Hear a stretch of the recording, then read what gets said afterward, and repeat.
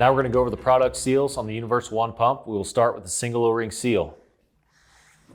You'll need one O-ring, one sleeve per shaft.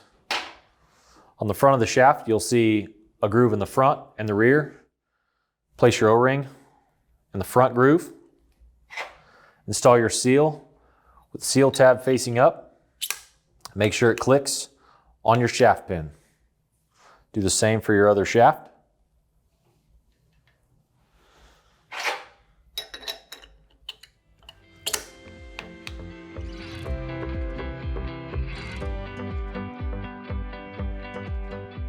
Once your sleeves are installed, make sure your body O-rings are in place. Lubricate with Hanes Lubrifilm or any silicone spray. Install your body.